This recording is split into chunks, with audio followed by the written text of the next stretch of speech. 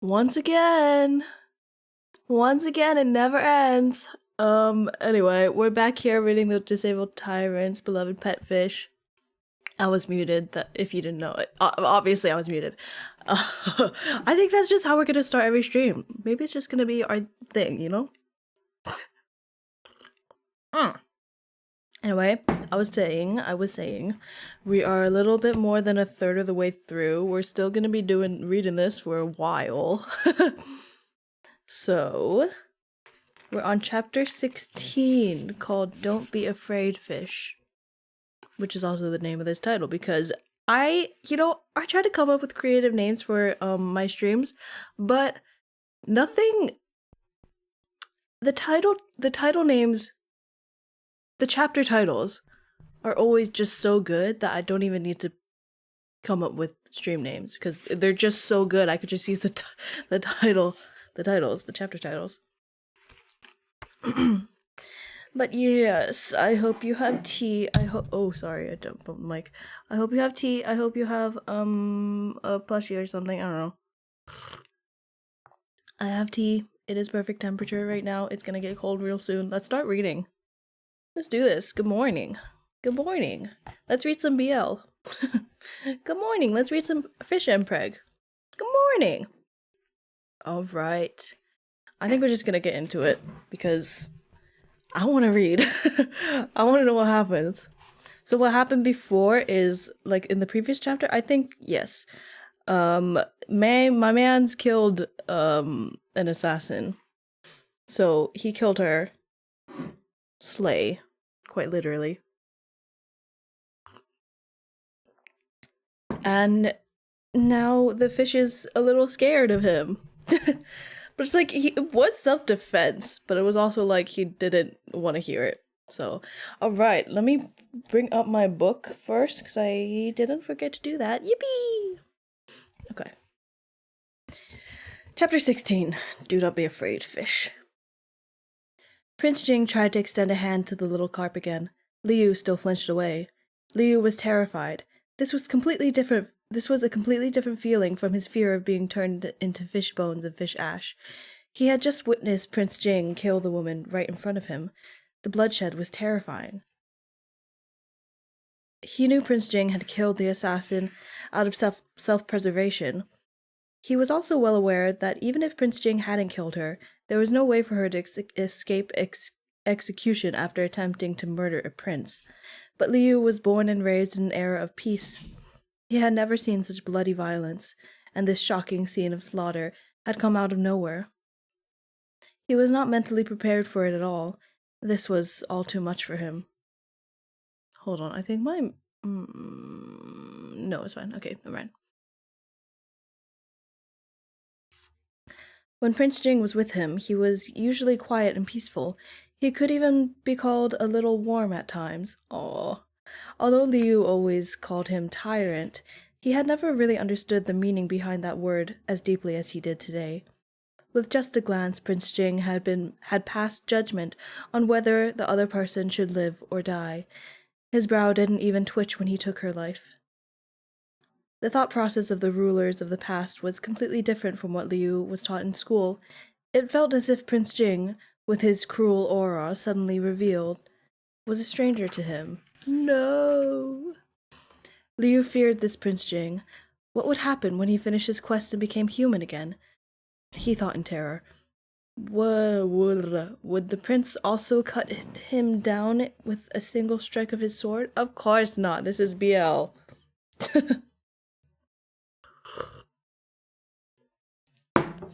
Definitely. To Prince Jing, what would the difference be between him and the assassin? They were both ants that dared to trespass on his territory. His thoughts inevitably trickled back to the dead woman next to him, and he couldn't stop trembling. Prince Jing saw the little carp shaking uncontrollably, and moved to touch his head instead. Liu knew he was Prince Jing's pet fish, and shouldn't avoid his touch, but no matter how he tried to convince himself, every instinct was screaming at him to fear Prince Jing. He kept thinking Prince Jing reeked of blood. It was too much for him to take, which only made it harder to forget. After a few failed attempts, Prince Jing could see the fish was rejecting him. What was wrong with the fish? Prince Jing couldn't figure it out, but he knew that fish couldn't be out of the water for too long. Its fins were already starting to dry out. Prince Jing shot Wang Ji a look, then turned back to the little carp. The ever-attentive Wang Gonggong immediately said, "Please don't worry, Your Highness. This old servant will take care of the little thing." Wang Ji hurried to the edge of the bed. Liu released a breath he had been holding. He didn't feel any aversion to Wang Ji, and he allowed the servant to pick him up gently and put him back in the crystal fish tank. Liu felt much better back in the water. He turned around and looked at Prince Jing. The prince's frigid eyes bore holes in him. It scared the little carp so badly that he dove inside the ornamental mountain to hide. By now, Prince Jing had noticed that the little carp tolerated Wang Ji's touch, but not his own. His gaze darkened a little. This wasn't the first time the little carp had avoided him, but the other times it had been after the fish had done things like bite him or bump into him. He knew his fish was special, with some unusually human reactions to things. So what had happened this time to cause this? I wonder what happened after you just murdered a person. In self-defense, let's be real, but still. Prince Jing felt annoyed for some inscrutable reason. He reflected on what he had done that was different from Wang Ji, and he figured it out pretty quickly. No shit. Prince Jing looked down at his sword. He had taken care of the assassin just now. Could it be the fish was afraid because it could smell blood on him? The blood had never actually touched Prince Jing, but he still laid down his sword and went to wash up. He purposely changed into a set of clean, white robes, ordering a servant to burn the sullied ones. Jeez. After he cleaned up, Prince Jing went to visit the little carp, but to no avail. Liu still shied away from him. As he watched from the side, Liu was a little touched to see the tyrant's willingness to change his clothes for his sake. He felt he was overreacting, but it wasn't easy getting over the fear of someone or something. Even though he could see Prince Jing's obvious displeasure, Liu couldn't control his reaction. Prince Jing pursed his lips, pacing before the crystal fish tank. He finally stopped, reaching in with one long arm, and scooped out the fish that had been put into the tank just minutes ago. Liu thought the prince must have completely lost his patience and struggled frantically. Gazing at the fish calmly, Prince Jing brought over a flower petal-shaped tea bowl and put the fish inside. Oh God, was he going to dispose of him now? All of Liu's hope evaporated, but Prince Jing surprised him by doing something unthinkable. Of course. He placed the fish by his pillow. What? I don't know what I was expecting, because that's... he just does it himself. He doesn't even need to do anything. Oh my God. Liu didn't have a single idea what was going on.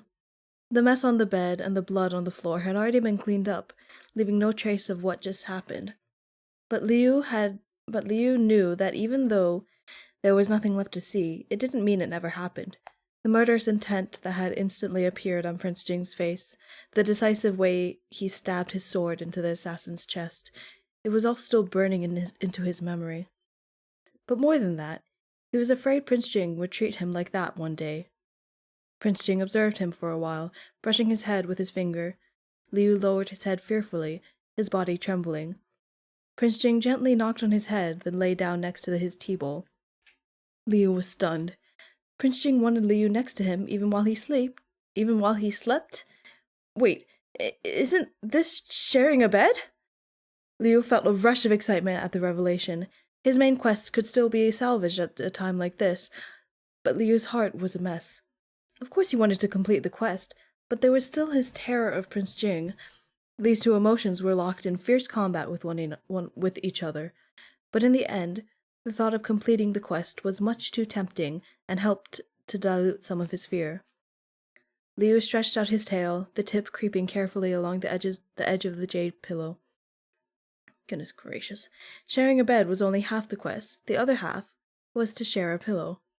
Alarmed with his experience with the previous quests, he was sure he would succeed as long as he touched the jade pillow.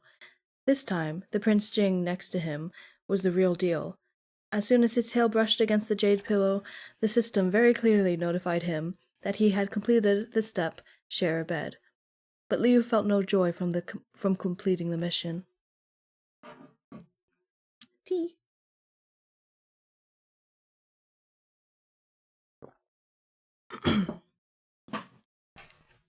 He was right next to Prince Jing, and when he looked up, his eyes met Prince Jing's. It seemed like his gaze could see through everything. The little carp's breathing stuttered, his tail shook, and he shrank back, hiding his face in the water.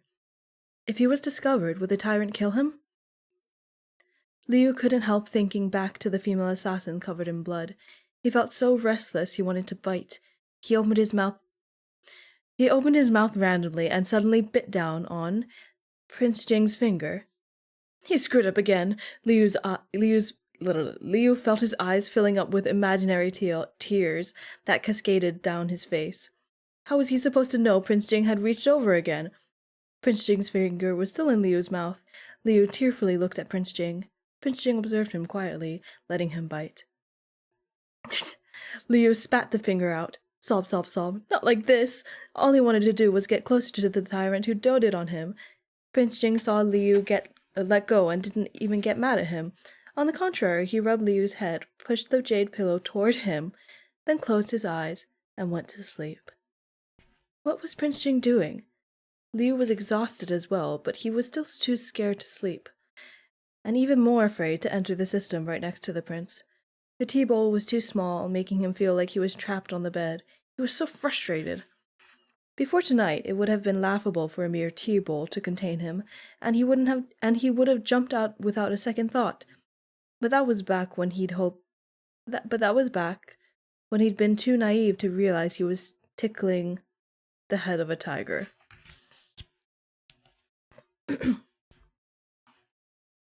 Liu lay there quietly, feeling Prince Jing's breathing slowly even out.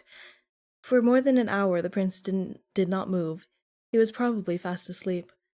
Liu was just about to enter the system to check on his quest when Prince Jing suddenly shifted to face him. Liu immediately scrambled back in case Prince Jing flattened him into a fish cake. Stupid.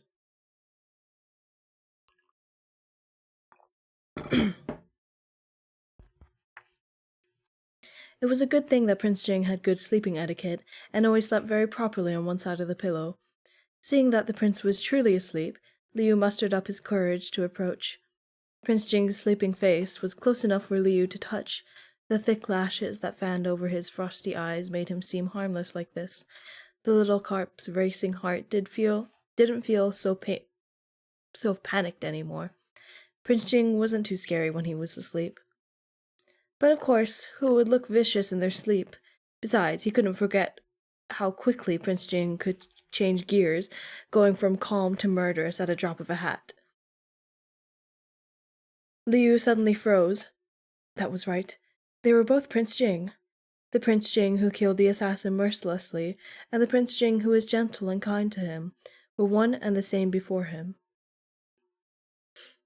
Liu had always said people were multifaceted.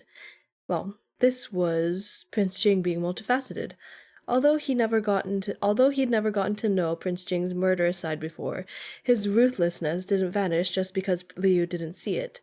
The prince's gentleness toward him and his heartlessness toward others existed simultaneously. And I love to see it. Oof. Whenever Liu feared him or lived in ignorance, Prince Jing was Prince Jing. He had never changed. Liu couldn't start doubting the prince's kindness to him just because he had killed an assassin. If he really wanted to lay it all out, he had offended Prince Jing countless times. If the prince had any desire to hurt him, he would have done it ages ago, right? After thinking all of this through and reaching his epiphany, Liu felt a lot better. Looking back at Prince Jing, who was sleeping quietly on the other side of the jade pillow, Liu's perspective did 180. He awkwardly wondered if Prince Jing had pushed the pillow toward him before he fell asleep because he thought Liu wanted it. It was very possible. Didn't he also place tea bowls all over the floor for him and change his clothes just to get rid of the evidence of the murder? He hadn't even been angry when the little carp bit him. God, it's so It's so... I don't have words. It's so... God, they're so gay. So stupid. I can't say just kiss already because he's a fish, but... Just kiss already!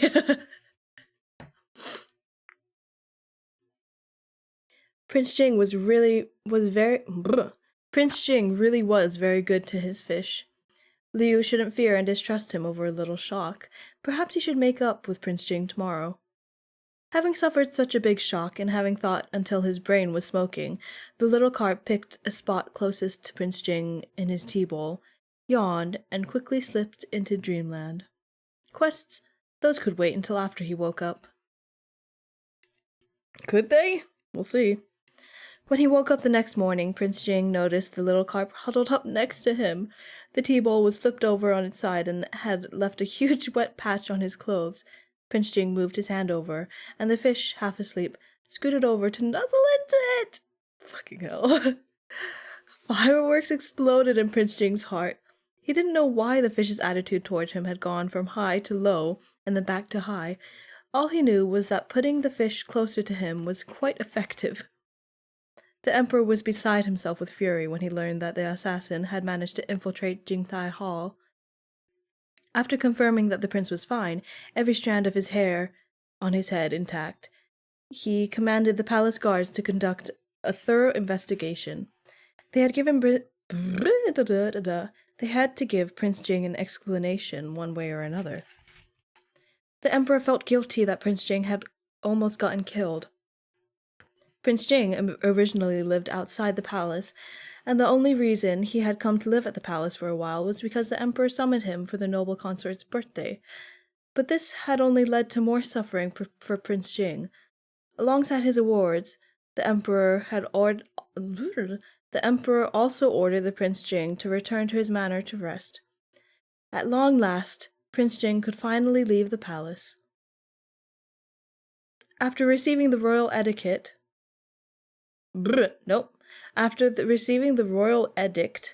the prince made no delay. He immediately ordered Wang Ji to pack everything up. In theory, both Prince Jing Manor and Jingtai Hall were Prince Jing's dwellings, so both places had servants. Prince Jing had come and gone from the palace many times now, so there wasn't much for him to pack.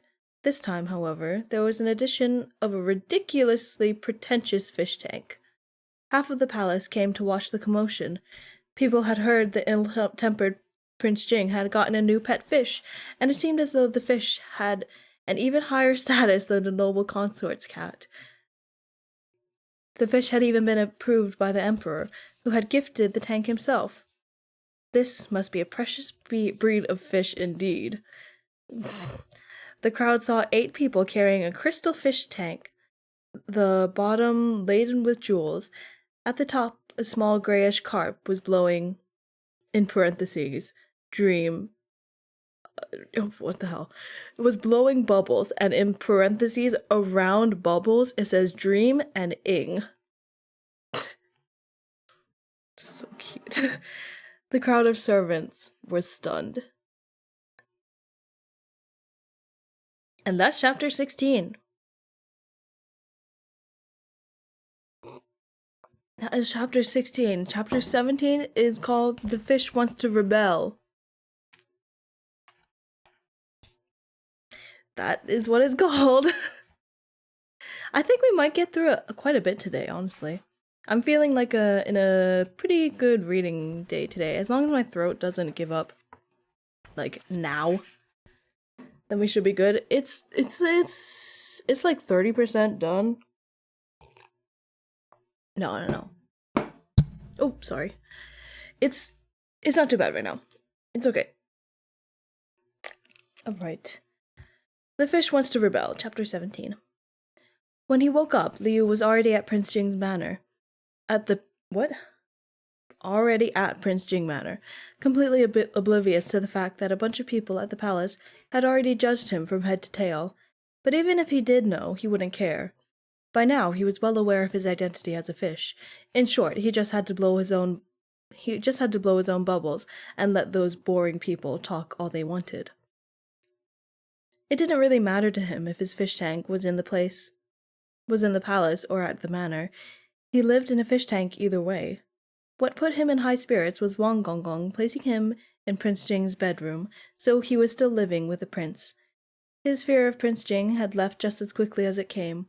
He felt more trusting and sincere toward Prince Jing now, and was more shameless than ever about acting cute. Ever since he transmigrated into this book, he had been preoccupied with two things: diligently performing his duties as a pet fish and worrying about his quests.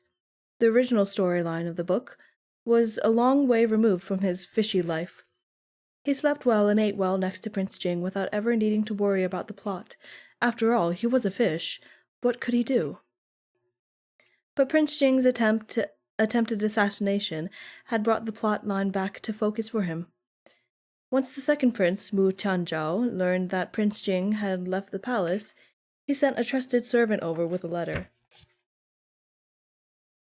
The servant very earnestly asked after Prince Jing's health, then relayed that in 3 days' time, the second prince would host a banquet in Prince Jing's honor, asking him to please attend. What? Why? He just got out, and you're just like, oh, come back, come back, come back. Fuck off.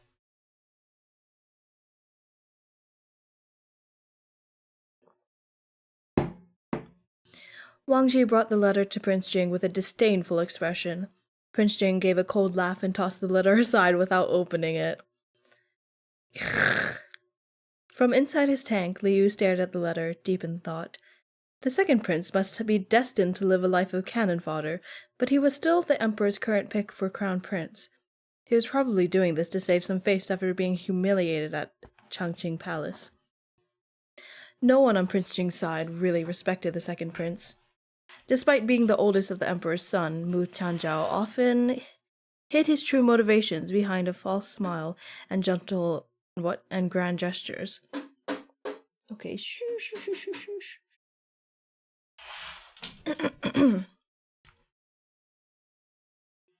In front of the emperor, he pretended to care for his younger brothers, and around the younger princes, he pretended to be a good older brother. But in reality, this older brother had sabotaged many of his younger brothers. As someone with a cheat code to the book, Liu had a pretty good idea of what the second prince was thinking.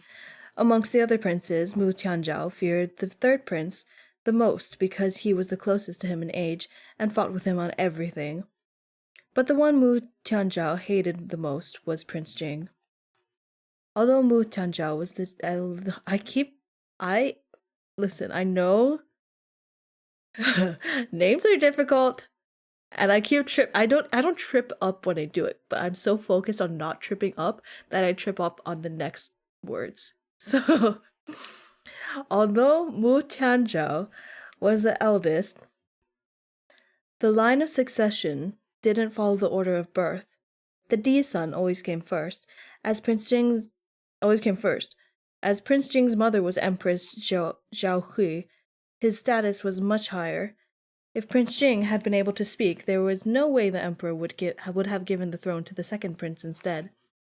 Because of that, Prince Jing had always been a thorn poking at Mu Tianzhao's side. But he couldn't let that show in front of the emperor. The emperor had high hopes for the future crown prince's morals and conduct, and the second prince knew that. No matter how much he disliked Prince Jing, he had to treat him kindly. Ever since Lady Chu's fish fiasco, the emperor had been rather displeased with him, and Mu Tianzhao had realized that nothing was guaranteed until the position of crown prince was officially his. He couldn't celebrate his victory yet. Fortunately, Prince Jing's near assassination gave him an excuse to feign concern for his brother's well-being. That was the end of the sentence. Let me redo that sentence. Fortunately, Prince Jing's near assassination gave him an excuse to feign concern for his brother's well-being in order to make up for last time. To the Emperor, it would look like he had learned from his mistake and was making amends.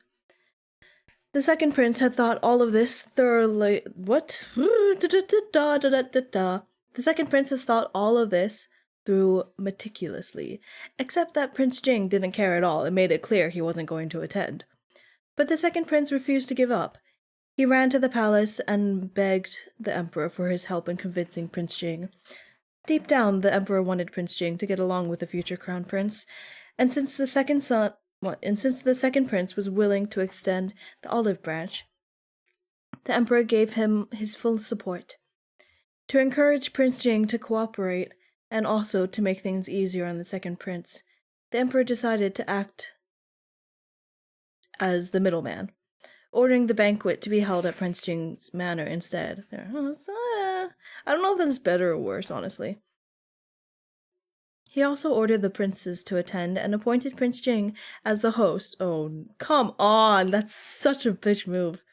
This way, the second prince and Prince Jing could easily reconcile at the banquet. Ugh! Thanks to the emperor's assistance, the second prince had achieved his goals. When Prince Jing received the edict, his expression darkened. If I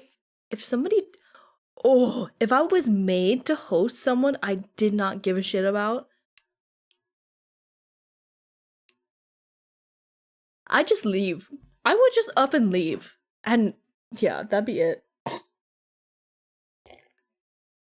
I would leave my own house.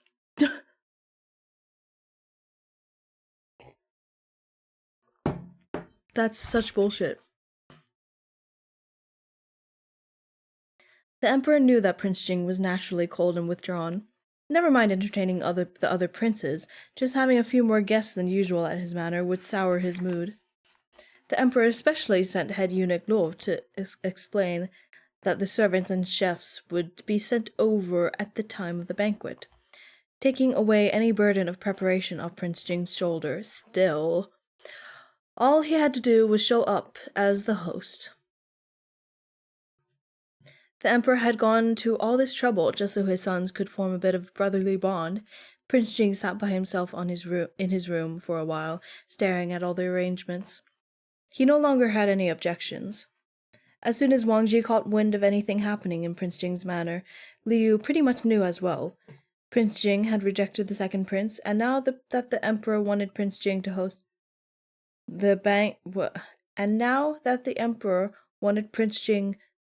a banquet out of the blue? Huh? Prince Jing had rejected the second prince, and now that the emperor wanted Prince Jing to host a banquet out of the blue, ? Even if he was thinking of his fishtail inside it. Okay, I don't think that is supposed to be in there. I think it's supposed to be, and now the emperor wanted Prince Jing to host the banquet out of the blue? Even if he was thinking with his fishtail instead of his head, it was obvious that the second prince must have hit a roadblock and gone through the emperor to make this happen. Liu was speechless. But a banquet was a banquet. It had nothing to do with a fish like him. In any event, the second prince wasn't going to get what he wanted. They were all just passengers on Prince Jing's journey. My brain's stalling a bit. It got tripped up with that one sentence. That was weird. But that reminded Liu. There'd be a banquet Prince Jing had held at the beginning of the book. That was where he'd run into the other male lead of the book. This book, the Tyrant and his delicate concubine. In other words, the delicate concubine. Other male lead of this book? Wait, were you reading BL? What's going on? To directly quote the nauseating words the book had used, their fates were then forever entangled. This is BL? Huh? I didn't know it was double BL. What the hell? Oh no. Oh no. What? Are they gonna be poly? What the hell? Okay. Liu had been transmigrated. What? Liu had been a transmigrated fish for a while, but the quests the system gave him had all been weird ones. It had never tried to involve him in the plot of the book. With such a limited area of movement, the only being able to interact with a limited amount of people or things, even if he wanted to do something, it wouldn't be easy. It was just like the fish scamming system had said. The purpose of his existence was to change the tyrant's personality. If he was able to do that, it didn't really matter how the plot progressed. Liu truly didn't care about the plot, but the second prince's actions made him wonder, was this banquet the same as the one in the book? With Prince Jing's temper, there was no way he'd willingly host a banquet like this. The book never mentioned the reason behind Prince Jing's banquet, which meant there were no inconsistencies between this current reality and the book. Everything matched up.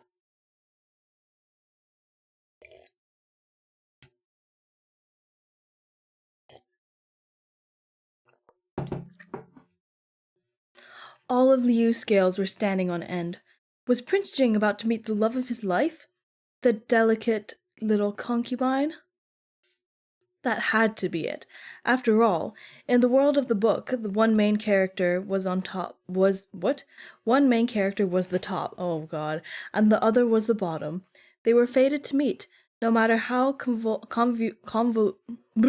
matter how convoluted. I can't say the word. No matter how convoluted the process was, they were always meant to be together.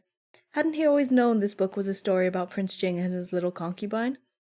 He was just a pet fish. Why hurt his fish brain by thinking so much? Liu shook his head, doing his best not to care about it, and went to play with the jewels in his tank instead. But he wasn't interested in them. Maybe he had played with them too much. The Emperor's edict went out. The younger ones, the seventh and eighth princes, were only children, and they still lived in the palace.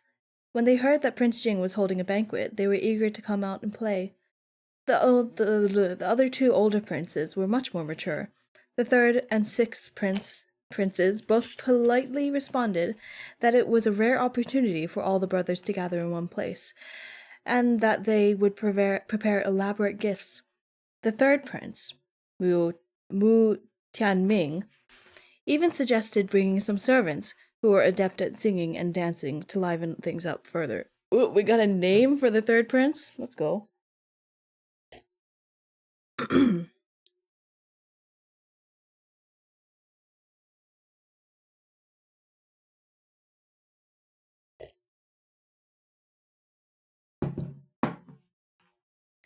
Pleased to see his sons getting along well, the emperor accepted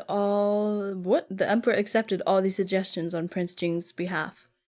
Although Prince Jing didn't need to worry about planning the banquet, Wang Ji still kept an eye on things for his master. Liu listened as Wang Ji Liu listened as Wang Ji Gong rambled on and on. After a while, he sank to the bottom of the tank, unwilling to resurface. The third prince's suggestion basically confirmed the plot. Because one of the servants who were adept at singing and dancing was a delicate little concubine in the book. His appearance stood out amongst the crowd, and the moment Prince Jing laid eyes on him during the performance, it was love at first sight. Unfortunately, the little concubine was the third prince's servant, and for about half the book he didn't even like Prince Jing. But this was the first and only time Prince Jing had fallen in love. The high and mighty tyrant suffered setbacks at every turn and nearly lost his life, but he couldn't even have the one thing he yearned for. How cliché. It was the typical, I love you, but you don't love me, and yet I still love you. A lot of readers were into this kind of thing, though. Apparently it was relatable for them. Oh, the shade! Oh, the shade! Oh my god. It's giving Painter of the Night, though. A little bit. Just a little bit. How could they do that? How could they torment Prince Jing? When Liu read the book, it didn't bother him at the least. What? When Liu read the book, it didn't bother him at the least. Back then, Prince Jing had just been a character in a book. But now, Prince Jing was a real person to him. Liu was pretty close to him and had seen many sides of the prince that nobody else had. He considered Prince Jing to be his master. Liu was furious, angrier than if he himself had been the one going through the torment. The dejected little carp took out his anger on the jewels in the tank for a while, until the sullen thought came to him. So what if he was mad? The person who liked the little concubine was Prince Jing, and Liu was just a pet fish. He's getting jealous.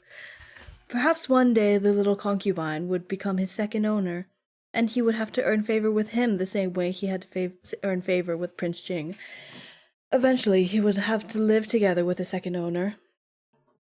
Even just the thought of it was unbearable. He suddenly understood the lost feeling other pets had when their owners abruptly got into a relationship.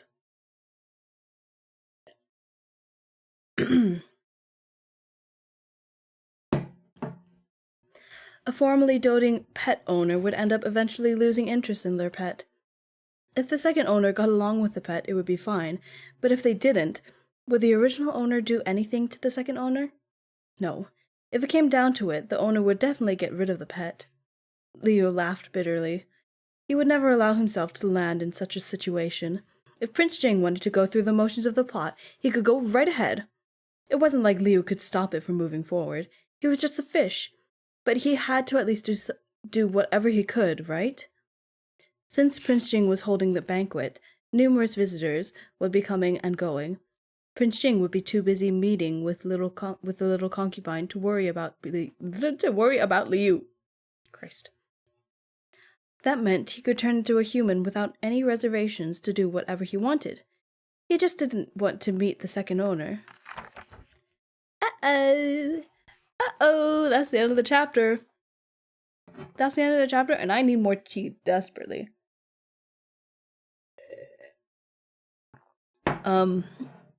It's only been like 40 minutes.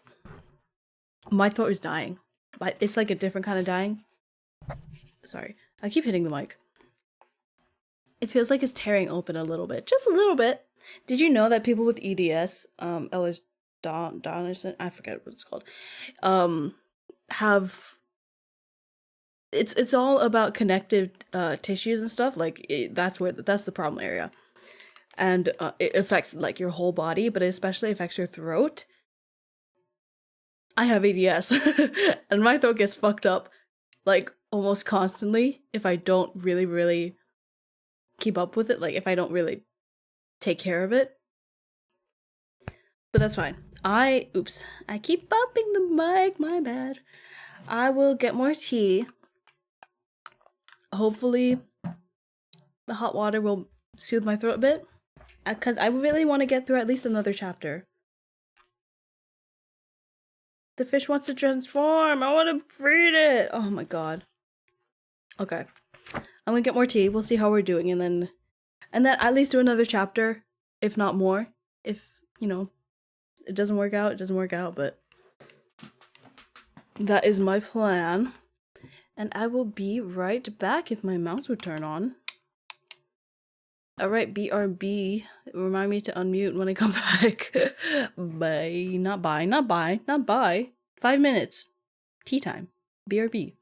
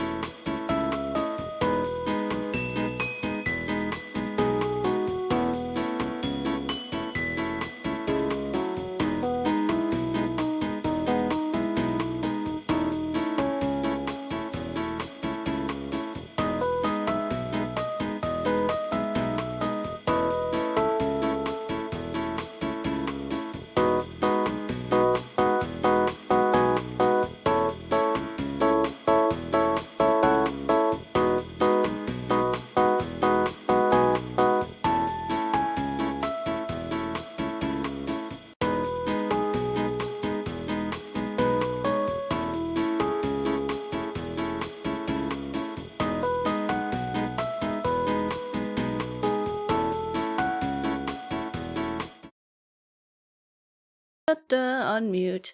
Hello, I'm back. I have more tea. I went to the bathroom, but you didn't even know that, but whatever. I'm not gonna lie. I got up, I realized I was so full. Like, I just ate, like, an hour ago. I had, like, a rice bowl, but then with all the tea I'm drinking, I just feel so heavy. It's crazy. It's a crazy.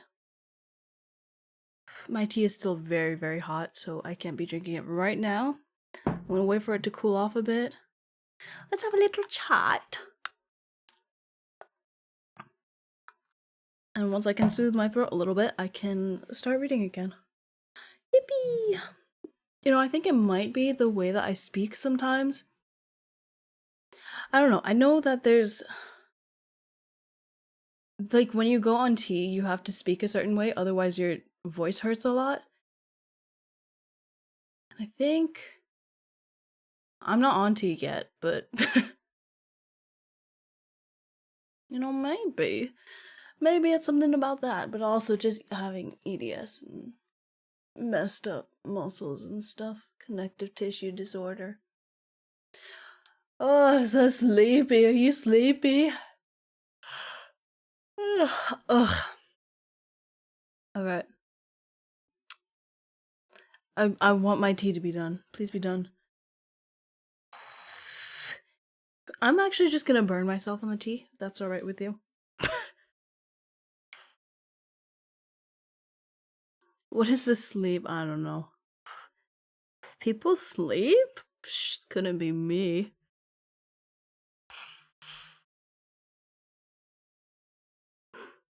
I did have so many dreams last night, though. I think it was weird, is all I could say. I don't really remember what happened, but there was definitely, like, us against them kind of thing. Like, fighting and shit. It was weird. I think there might have been creatures. That's a lot of context.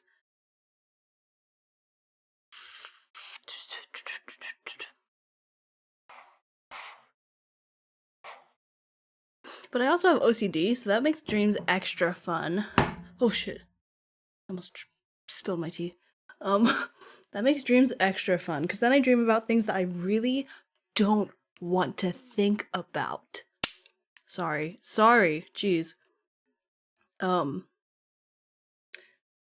But yeah, it's crazy. It's crazy. My OCD is very thought OCD. It's like unwanted thoughts and stuff, and what is it called? Spiraling? Not spiraling. It's like it's the daydreaming but bad. Bad daydreaming. What's it called? Oy. Whatever.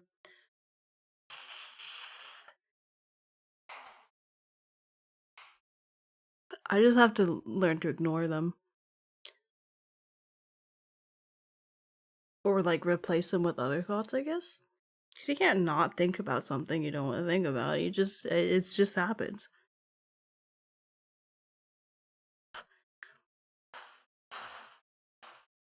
My tea is still very hot. I'm gonna try it anyway.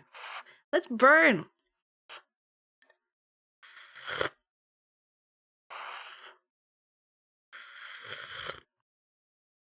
Oh, it definitely burned my tongue.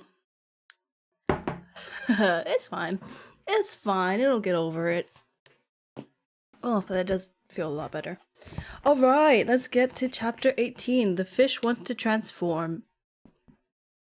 God. Ugh. If it doesn't call third degree burns, was it really good tea? So true. So true. Can you even call yourself a tea drinker if your tongue isn't constantly burned? Sounds like a faker to me. Alright. Liu decided he would use the transformation medicine on the day of the banquet. Ugh, I forgot to actually get comfortable. Okay. When he completed the share a bed quest not too long ago, He had received a bizarre reward, a life-sized fish plushie. What? That was nearly a perfect replica of his own fish body. What? All the prizes before had been inventory space or enhancements to his abilities, so he had really been looking forward to it, except it turned out that he had busted his ass just to get an apparently useless object. That's not useless, you know what you're gonna use it for. Liu immediately thought the system was scamming him once again and didn't collect the reward. Now that he was planning on turning human, though, the toy didn't seem so worthless after all. My tongue hurts. My tongue really hurts now. It's okay. It'll be fine. It'll be fine, I promise. It'll be fine. If he turned human and the fish tank was empty, it would only be a matter of time before a passing servant noticed. He'd be found out immediately. It was almost as if this fish plushie was there to help him sneak out. It lay completely motionless in the water, but from a distance, it really did look like him. The next step after sharing a bed with the Tyrant was gain a deep understanding of the Tyrant. Liu was used to weird quests by now, and these clickbait titles no longer fazed him. As usual, when he asked for clarification, the fish scamming system pretended it was dead. Gain a deep understanding was even more vague than interact or get along. Liu wasn't sure where to begin. He tried out a bunch of different things so far, but he still hadn't made any progress. He decided to set it aside for the time being. With only 2 hours to be human, Liu meticulously planned everything out. Most people would be at Ninghui Hall in Prince Jing's manor, where the banquet was due to be held. Between the servants and chefs from the palace and the entourage accompanying each of the princes, the manor would be bustling and lively. With so many people coming and going, Liu didn't need to worry that he'd draw any attention by showing up as a completely new face. First things first, he wanted to make his way to the kitchen and eat human food. Since becoming a fish, all he'd been able to eat was fish food. The red fish food he was given was made from flour, which only served to heighten his cravings for ordinary human food. He wanted to stuff himself with normal home-style stir-fry. The manor's kitchen definitely wouldn't be short on food, since they had so many guests to serve. From what he'd heard, Wang Ji and the chefs would usually make several plates of each dish at banquets like this because they were afraid of running out of food. If Liu just tasted a bit of each dish, he wouldn't even come close to finishing any of them. After eating, he planned to take a stroll through Prince Jing's manor. He hadn't gotten the chance to do that yet. Apparently, the emperor had arranged for an opera troupe to perform, so he could watch people from ancient times perform opera and snack on some sunflower seeds. He just wants to have a good time. Originally, he also wanted to take a gander outside the manor, but he was afraid he wouldn't be able to get back in. There were guards stationed in front of the manor, and he didn't have enough time. He had a contingency plan, though. His inventory was already filled with clear water and fish food, so if he brought a tea bowl along, he was set. If something did happen and he couldn't make it back to his bedroom before time ran out and he turned back, all he'd need to do was jump into the tea bowl. There was nothing to fear. He had thought of everything there was to think of. His plan seemed foolproof. In order to prevent people from figuring out that the fish plushie was the same as the real him, Liu made sure to act less lively in the days leading up to the banquet. Most of the time, he just laid on the white rock bed.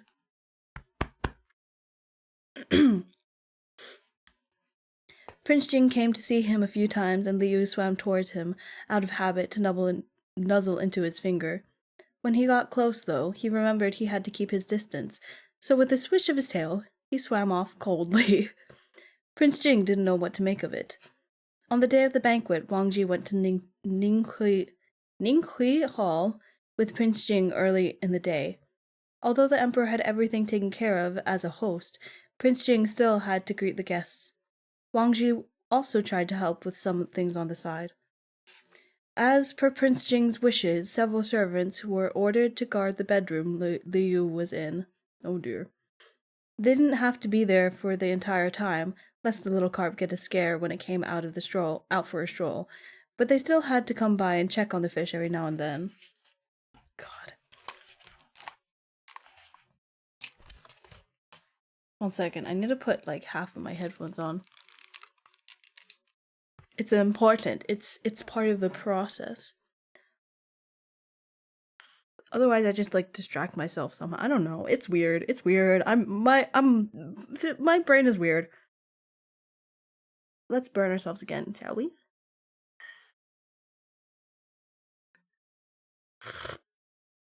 Oh, it's perfect. I got what the fuck is it called? Passion fruit tea now. My head went through pomegranate, pomelo. No, it's passion fruit. Okay. Oh, sorry. I saw an illustration just now, and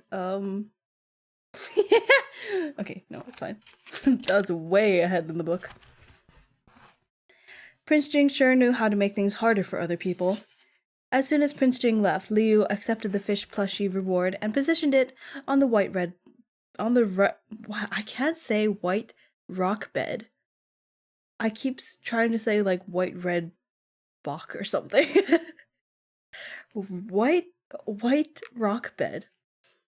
He looked at it for a while and still felt a bit worried, so he covered it with the leaf blanket. From far away, it really did look like he was sleeping.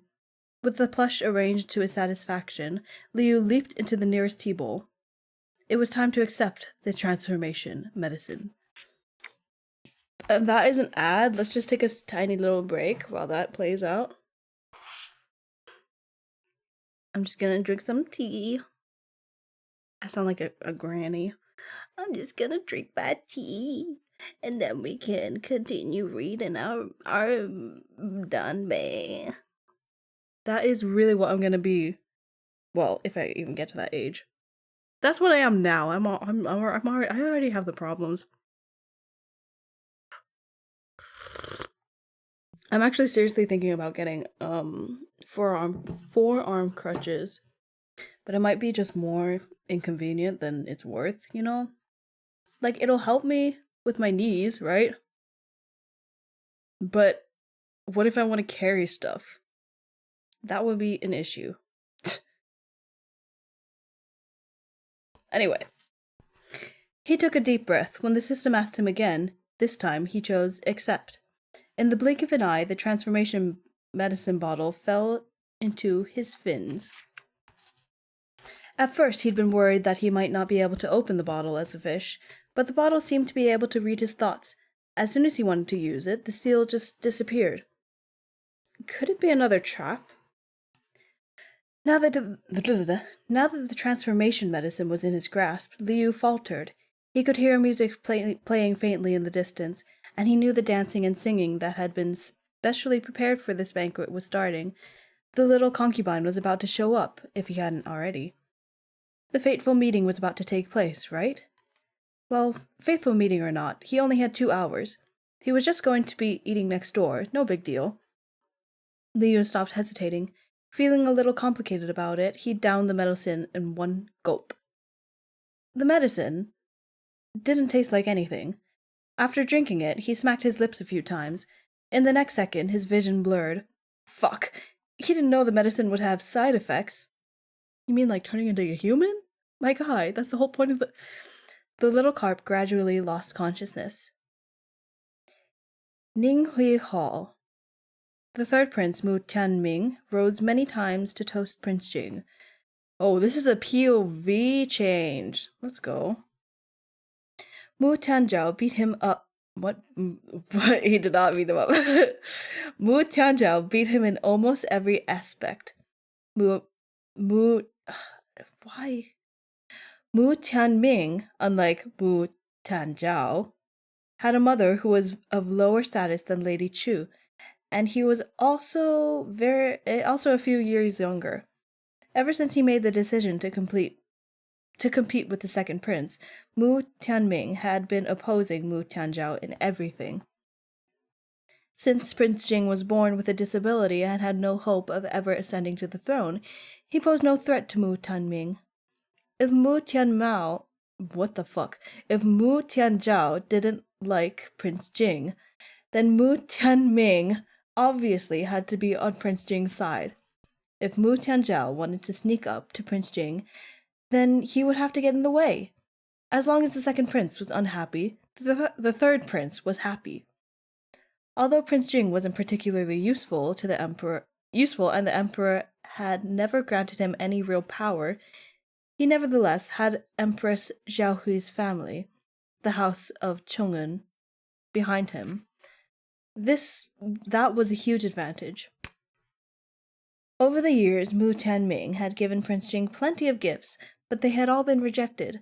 He had been trying to come up with a reason to approach Prince Jing when Mu Tianzhao's mother, noble consort Chu, did something stupid. The third prince immediately jumped at the chance. But Prince Jing was not the kind of person who could be swayed by gifts. He was very difficult to kiss up. None of the previous gifts had worked, so Mu Tianming and his trusted subordinates came up with numerous other ideas. They'd realize, while Prince Jing didn't lack anything, the one thing that he was missing from his manor was wives. And so Mu Tianming had decided to try gifting a few bed partners to Prince Jing. Uh-oh. Not only could they entertain Prince Jing, they could also have someone around to speak on his behalf. He could also have someone around to speak on his behalf. It would kill two birds with one stone. He already has... What's his face? Why do I keep forgetting his name? Wang Ji. He already has Wang Ji. He's fine. He doesn't need bed partners. All the dancers he's brought to Prince Jing's manor were unrivaled in beauty. The lead dancer was a young man with an elegant and refined appearance, gleaming red lips and white teeth. With makeup, he was more beautiful than the female dancers. Mu Tianming had no idea what Prince Jing's tastes might be, so he prepared both men and women.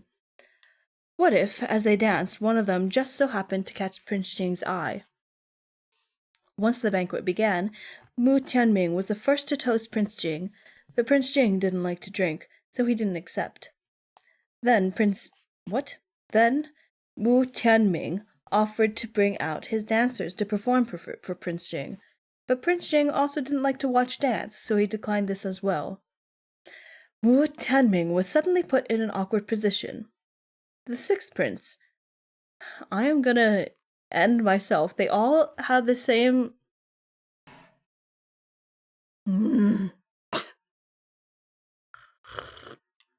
Like, I get it. But also, oh my god.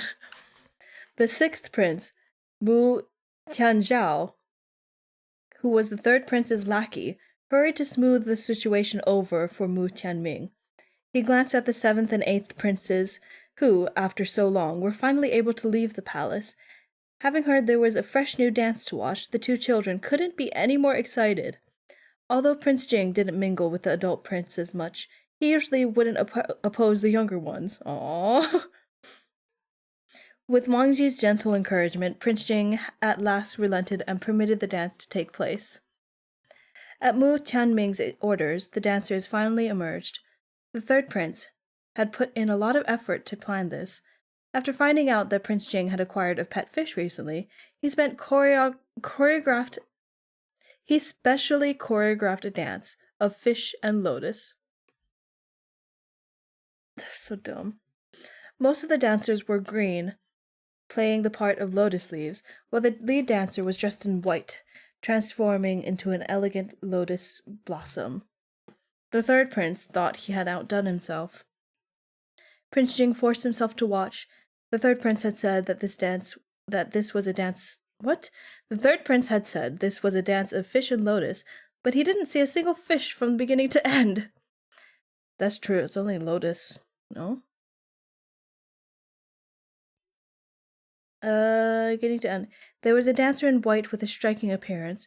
but his eyes held sorrow and resentment and seemed to glimmer with unshed tears. Rather than enjoyment, Prince Jing felt anger. Had this dancer been mistreated?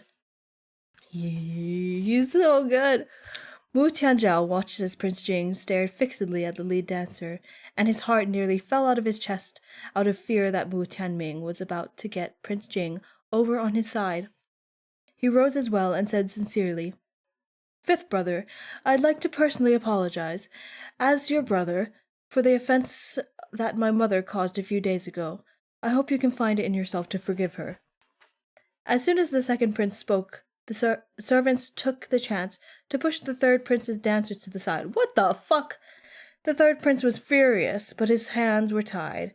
He wouldn't dare fight with the second prince in front of a crowd, leaving him no choice but to swallow his irritation and observe the situation quietly. At Mu Tianzhao's mention of noble consort Chu, my consonants are getting quite crunchy.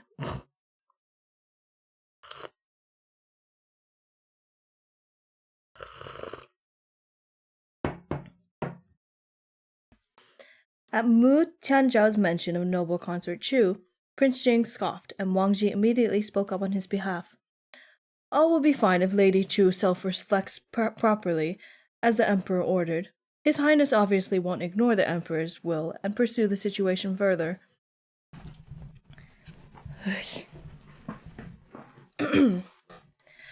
Mu Tianzhao's mouth was dry. He had originally planned to ask for Prince Jing's forgiveness, and then request for him to shorten the noble consort's house arrest. Why did he feel like Prince Jing had blocked any room for further discussion? "Your older brother has another request." Having failed once, Mu Tianzhao continued shamelessly. "My mother lost a luminous pearl. I heard one of fifth brother's servants picked it up." Don't mind the dogs. "Thank you for keeping it safe, but if it's convenient for you, I ask that you please return it." He's not gonna. Fuck that. The luminous pearl that Lady Chu had lost had been precious, but the way she had lost it was humiliating. In actuality, noble consort Chu never wanted to see the pearl ever again. Wu Tianzhao was just making up an excuse. If Prince Jing returned the pearl, it would give off the impression that he and Prince Jing were on decent terms.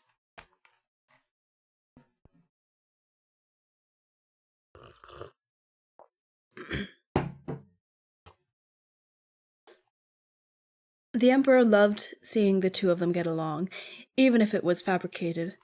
The second prince wanted the luminous pearl. Prince Jing exchanged looks with Wang Ji. The two of them instantly thought of the pearl lying at the bottom of the fish tank. Prince Jing didn't really care for noble consort Chu's pearl. He had given the little carp many jewels since then, and it hadn't touched the pearl in ages. He had been meaning to secretly get rid of it, but if the second prince wanted it, he might as well return it. Uh-oh, he's gonna find out he left. Uh-oh.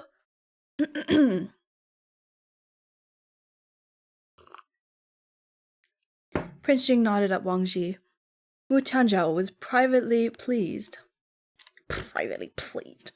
As long as Prince Jing handed over the luminous pearl, this would all be over.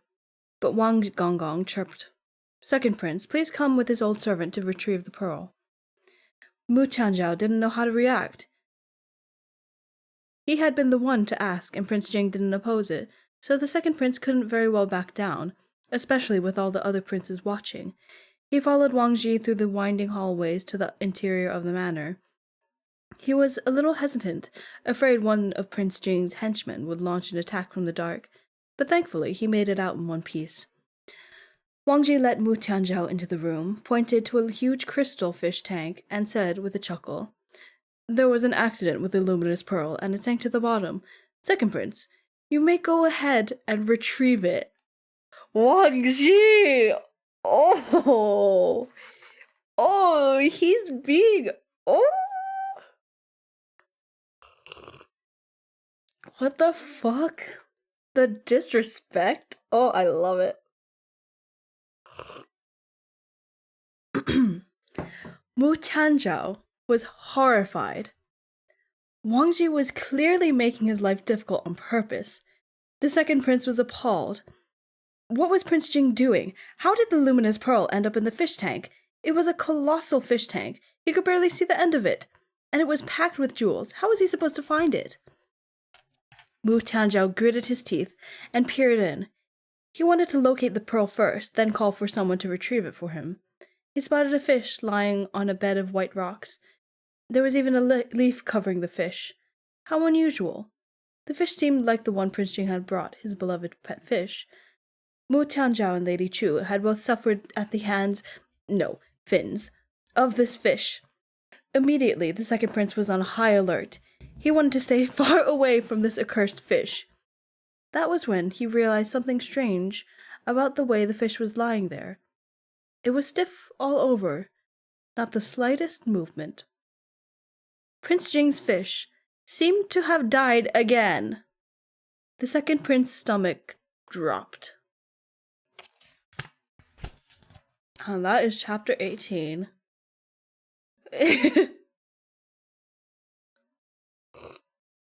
Really, so beautiful. I love it. I'm obsessed. Yeah, let's just do another chapter.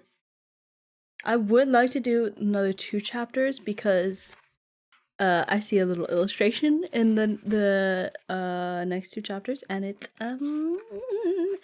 it's juicy. But I think we might only get through 1 more today.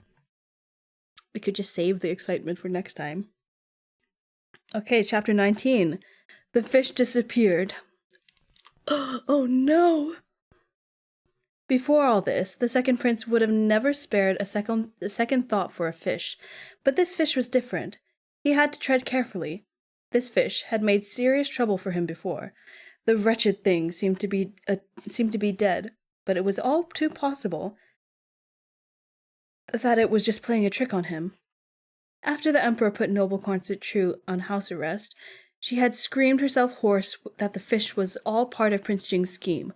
The second prince had similar suspicions, but if he wanted to save his image in front of the emperor, if he wanted to make sure the crown prince position was firmly his, then he couldn't ignore Prince Jing. He certainly couldn't show him any outward disrespect. Prince Jing's position was unique. He could be considered a test for whoever was next in line. The crown prince had to make the emperor think he was benevolent and treated all his brothers well, especially Prince Jing, who was of nobler birth than he.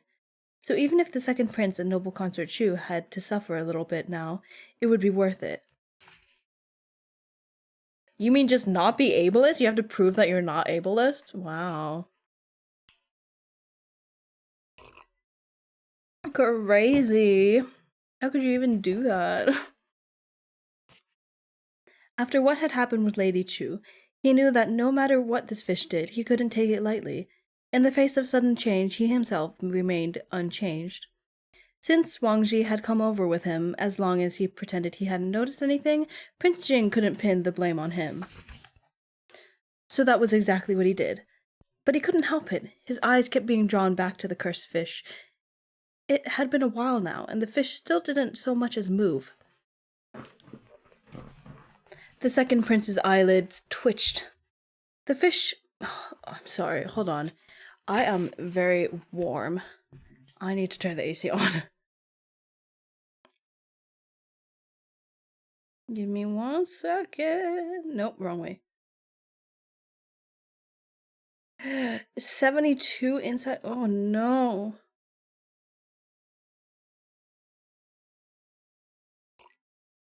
Is the AC just not on? Is that why? No wonder. Oh, yeah. Ugh. Okay. We should be good. I have an app that controls the AC or whatever. That's why I'm not getting up and actually turning it on. Should be turning on now. Okay. Okay, just checking. I feel out of breath from being so hot and talking and reading. Oof. I do have a plushie on my lap. That could be not great for Oof. Okay. Where were we? He had to get out of here as soon as possible. The second prince turned to Wang Ji. I still have something to take care of at home, so I'll be taking my leave now. If the luminous pearl is found, please have someone bring it to me. My guy? Huh? He's just leaving completely. He's not even just going back to the banquet. He's just leaving completely. Wang Ji had been with Prince Jing for many years and frequently came in contact with Mu Tianzhao, but this was the first time Mu Tianzhao had thought this old geezer was hard to get rid of. The more he wanted to leave, the harder it was for him to do so. Right at that moment, a servant who had been designated to take care of the fish walked in. He immediately sensed something was wrong and pointed at the fish tank. He hurriedly said, Wang Gong, look! His Highness's fish isn't moving.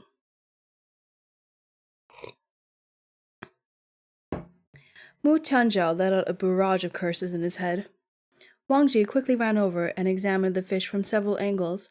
He knew this little carp had a problem of constantly falling asleep, and it hadn't been moving around much recently. Wang Ji hadn't thought much of it when he saw the fish lying there quietly, but now that the servant had mentioned it, it was a little too quiet. Had something happened to the fish?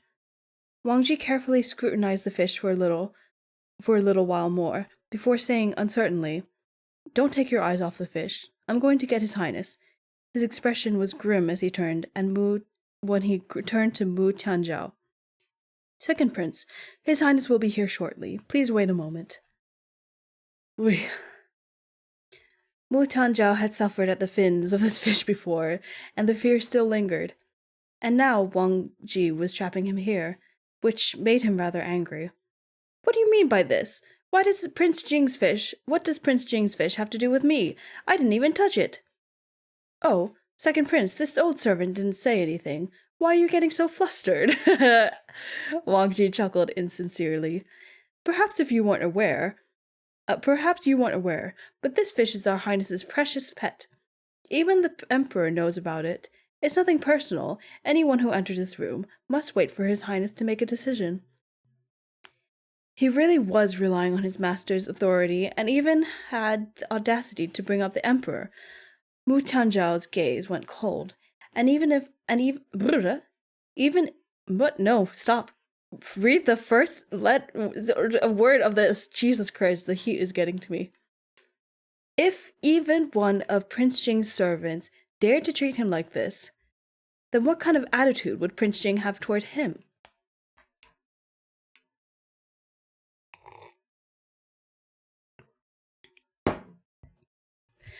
Not for the first time, his mind strayed on the crown prince position. Strayed to the crown prince position. I'm going to start over. Jeez. Not for the first time, his mind strayed to the crown prince position. Fine. He'd let this mute have his moment of smugness. Once he was on the throne, he'd make sure he wouldn't even be able to cry. Mu Tianzhao forced his expression to relax. He said, Let's wait for my fifth brother, then. He keeps saying fifth brother. What a cunt. Ninghui Hall. That was a scene break, by the way. After the second prince left, Mu Tianming suggested the dancers continue. The third prince refused to let the second prince disrupt his hard work. Prince Jing didn't care either way. There was no harm in the performance continuing. The first few notes of the music had only just filled the air when the familiar little servant sprinted in. Despite how far away he was, it was still clear that the servant was in a hurry and anxious. Prince Jing vaguely recognized this servant. He always followed Wang Ji around. He waved the servant over.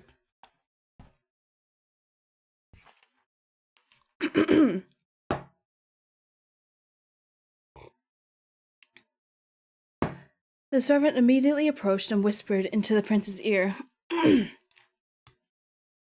The servant wasn't clear on the details either. He had just been sent over in a hurry by Wang Ji.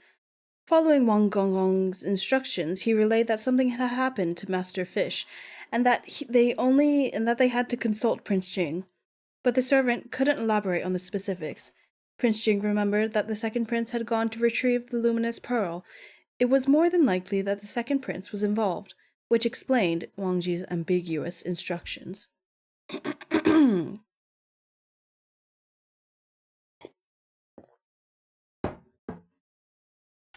Did the second prince harm his fish? Prince Jing's expression hardened. With a swivel of his sleeves, he sent the singers and dancers away. The third prince made to protest, but Prince Jing just waved him off and headed into the inner chambers. He quickly arrived at his room. Wang Ji and all the servants were waiting there, along with the second prince, who had a somewhat ugly look on his face.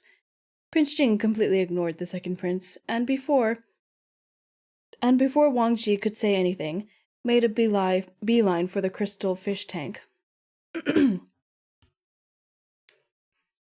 His fish lay there quietly on the white rock bed. Prince Jing studied it for a while, then reached into the water and touched the fin's back. As soon as his fingers brushed its scales, his expression changed. He immediately scooped the little carp out. Wang Ji inched closer, and out of the corner of his eye, he saw Prince Jing squeeze the fish flat. Wang Ji realized quickly, "Your Highness, this isn't a real fish." Prince Jing threw the fake fish at Wang Ji. Wang Ji held it in his hand, turning it around and around. From a distance, this fake fish, really did look like the real thing, but it felt soft and had no bones. How was it made? The little carp wasn't in the fish tank, and the fake fish had taken its place. Now this was a disaster. "Your Highness, who would do such a thing?" Placing a fake fish in the fish tank was clearly a tactic to fool them. Who had the nerve? And more importantly, where was the real fish? Wu Tianzhao had planned to clarify the situation, to tell them that this time the fish dying had nothing to do with him, but now it turned out the fish was fake? He was utterly speechless, and worst of all, he was the only outsider to have stepped foot in Prince Jing's room. Prince Jing's gaze landed on him, pinning him in place. The second prince felt like he had fallen into a trap again, this time by a fake fish. This poor guy. He wanted to defend himself, say he had absolutely nothing to do with the fake fish or the real one, but would Prince Jing believe him? The second prince was about to protest when something flashed before his eyes. The next thing he knew, Prince Jing's sword was held against his neck. Christ, man. This guy's crazy. He's crazy.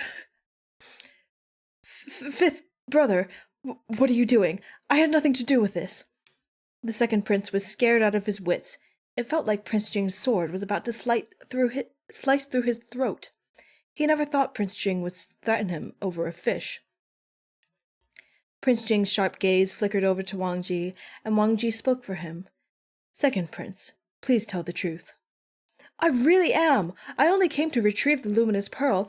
I may not like this fish, but if I had really done something, why would I put a fake fish in? Wouldn't it make more sense for me to just throw it away?" The second prince was desperate to live. Ugh.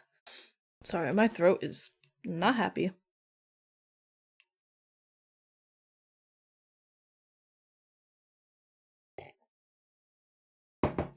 Oh, we've only got like 4 pages left, so 3.5. Prince Jing studied the second prince for a while, eyes narrowed, considering the veracity of his words. Cold sweat poured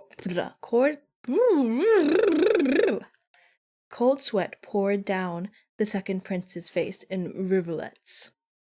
Finally, Prince Jing lowered his sword and ordered people to escort the second prince out. Considering that his life was on the line, Wu Tianzhao was probably speaking the truth. There was no need for him to do something in such a roundabout way.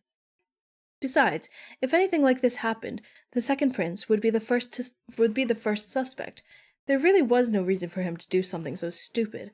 It probably wasn't Wu Tianzhao. But the fake fish was clearly there as a distraction to keep him from discovering the fish had vanished. Who would go to such lengths, and to what end? Prince Jing had acted out of anger just now, using violence to try to force Mu Tianzhao to tell the truth. Now that he had calmed down a little, he started ordering people to investigate whether anything was amiss with this room.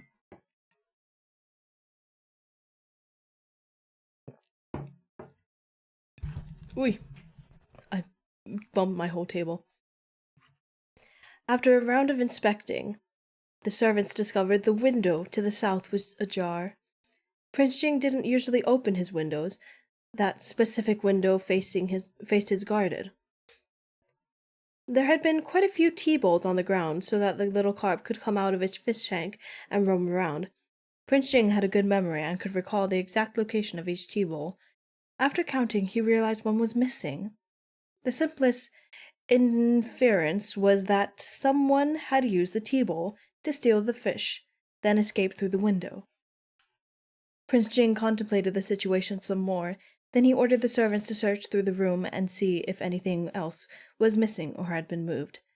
After a while, Wang Ji came back to report. Your Highness, someone has gone through your closet. A set of inner robes and underwear are gone. Nothing else is missing or has been touched. It's not gonna fit him. It's not gonna fit. I don't even know this guy, but I know he's tiny. But it's not gonna fit him. Prince Jing didn't know how to react. Wang Ji was confused too. Someone had stolen both His Highness's fish and his underwear? There was clearly something wrong with this thief. On Prince Jing's orders, Wang Ji commanded the servants to investigate anyone suspicious in the direction of the gardens, especially anyone holding a tea bowl.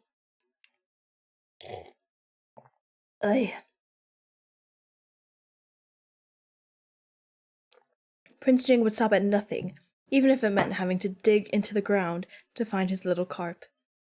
While Prince Jing was busy trying to find his fish, a youth was making his way down the ornamental mountain. An hour ago, after drinking the transformation medicine, Liu had lost consciousness. When he came to, he realized he had returned to his human form. Liu was absolutely elated. He was even more ecstatic upon looking at his reflection in the bronze mirror. He had returned to his own original appearance. But immediately after that, he was faced with a fresh new danger. Now that he turned back into a human, he wasn't wearing any fucking clothes! Liu hadn't thought about the issue of clothing, because when he was a fish, he was covered in scales that were part of his body. As soon as he turned human, though, his clothes were nowhere to be seen. The fish scamming system hadn't mentioned such an important detail. Fine, it was a fish scamming system after all. The most pressing thing right now was to find some clothes. Liu had transformed into Prince Jing's room. When he was a fish, he saw Prince Jing every day, so he obviously knew where the prince kept his clothes. There were only Prince Jing's clothes here anyway. Liu went to look in the closet. There were all kinds of clothes in Prince Jing's closet. Why did I say that so guttural? Jeez.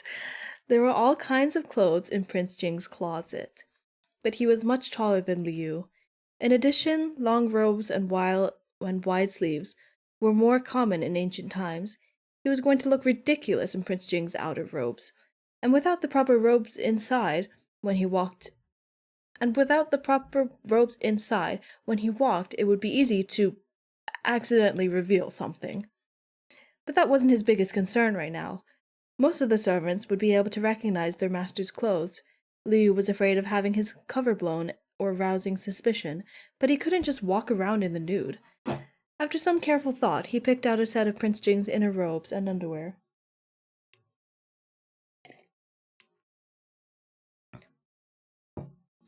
Robes worn against the skin were always slightly smaller than the outer robes. Inner robes also didn't have any embroidery or patterns, so they ought to be less conspicuous.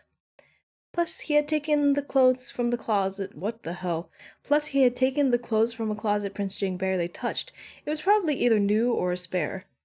He wouldn't feel too weird wearing it. Anyway, he needed to look at the bigger picture here. Even if Prince Jing had worn it, he just had to grit his teeth and bear it. An innocent boy like him couldn't just run around buck naked. There was nothing he could do about the shoes. Prince Jing's feet were larger than his.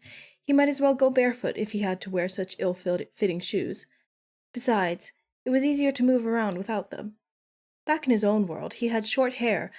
Ooh, we're getting... Oh, okay, nice. Back in his own world, he had short hair, but in a rare display of benevolence, the system had changed it up for him. He now had medium-length hair down his shoulders, which wouldn't stand out too much in the ancient world. Perfect.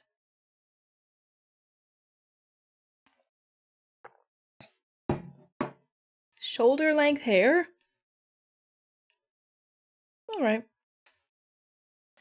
I'm taking a note of that for, like, fan art purposes. Liu casually gathered his hair at the back of his neck and changed into the robes. He then filled a tea bowl with clear water and put some fish food in it, successfully combining the three objects into one, and stored it in his inventory. Psst. He glanced one last time at the life-sized fish plushie lying perfectly in his place in the fish tank. As long as no one went to touch it, they wouldn't suspect a thing. Everything was ready. Liu deliberately opened the window closet. What the hell? Liu deliberately opened the window closest to the garden. He, of course, wouldn't leave through the window. There were probably loads of guests wandering in the garden. This was just to divert attention. What a cunt. Then he opened a different window, one facing an ornamental mountain with no guards in sight. After clambering into the windowsill, Liu carefully wiped away his footprints and ducked inside a hole in the ornamental mountain.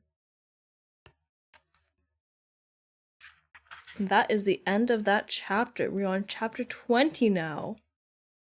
We're pretty much halfway through now. Oh my god. I have sunk so low into my chair, just like lounging. One, because I got really hot, so I just melted. That's just what happens. And then my brain, like, kind of melted a little too. I don't know. I think I've been reading better since I overheated. It's just like my brain doesn't have the capacity to care about little things as much, you know? Or like it's not too distracted with other. Or you know what? Maybe my meds just kicked in. A stretch. Alright, a stretch.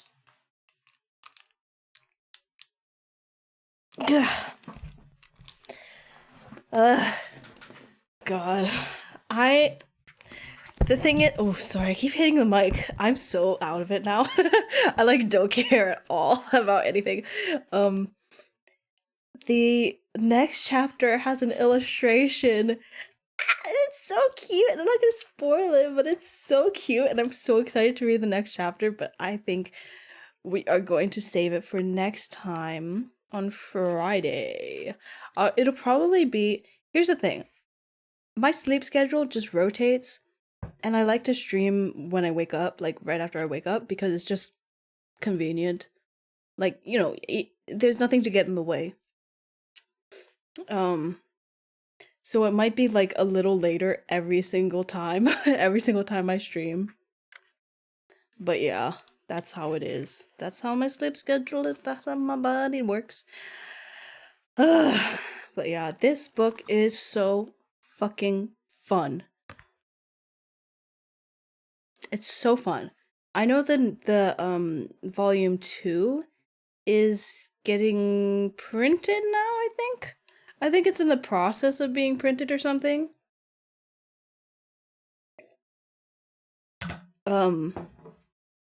Because I saw the cover for it. I'm pretty sure it's coming out soon. So yeah, I'm definitely gonna get the next volume when I can, and then reading that. Oh my god, this book is so fun. I have to pee. I've been drinking so much tea. I need to go to the bathroom. And I also need to go. Like leave stream. We need to end here. I can't believe we made it this far though. It's like an hour 40 minutes. Pretty good time. Jeez. My dogs like to bark at the people working outside. That's what's happening. But anyway, I'm gonna go take a nap. This was fun. It is draining, kind of, to like read so much in one sitting out loud. But it's so fun. I love it. I love these times. I love these streams. I love doing this. I love this fucking book. But I will. Thank you. I will head out. Thanks for being here. Thanks for hanging out with me while we read. So aggressive. Oh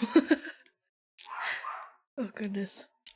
But yes, before the dogs bark your ears off, I will leave, and I'll see you either on Wednesday. It might be a lot later on Wednesday because my roommate needs to use this room on Wednesdays. But we'll see what we'll do about that. And then if not on Wednesday, then on Friday. I'll